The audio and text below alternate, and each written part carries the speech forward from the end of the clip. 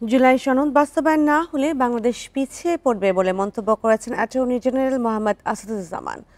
বলেন, গণহত্যাকারীদের ষড়যন্ত্রের পা দিয়ে সনদ বানচাল করা যাবে না। শনিবার এফডিসিতে এক অনুষ্ঠানে তিনি এসব কথা বলেন। বান্ডেল থাকলে প্রতি সেনমানিতে টাকা বাঁচবে।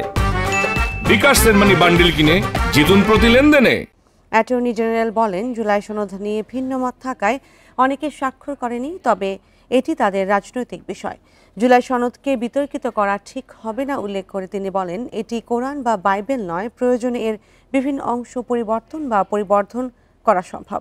জুলাই হত্যাকাণ্ডের বিচার প্রসঙ্গে অ্যাটর্নি জেনারেল বলেন, জুলাই সনদ হলেই বিচার প্রক্রিয়া দ্রুত বা ত্বরান্বিত হবে এমন কোনো বিষয় নেই। বিচার প্রক্রিয়া সম্পূর্ণ করা হবে দায়িত্ববোধ থেকেই।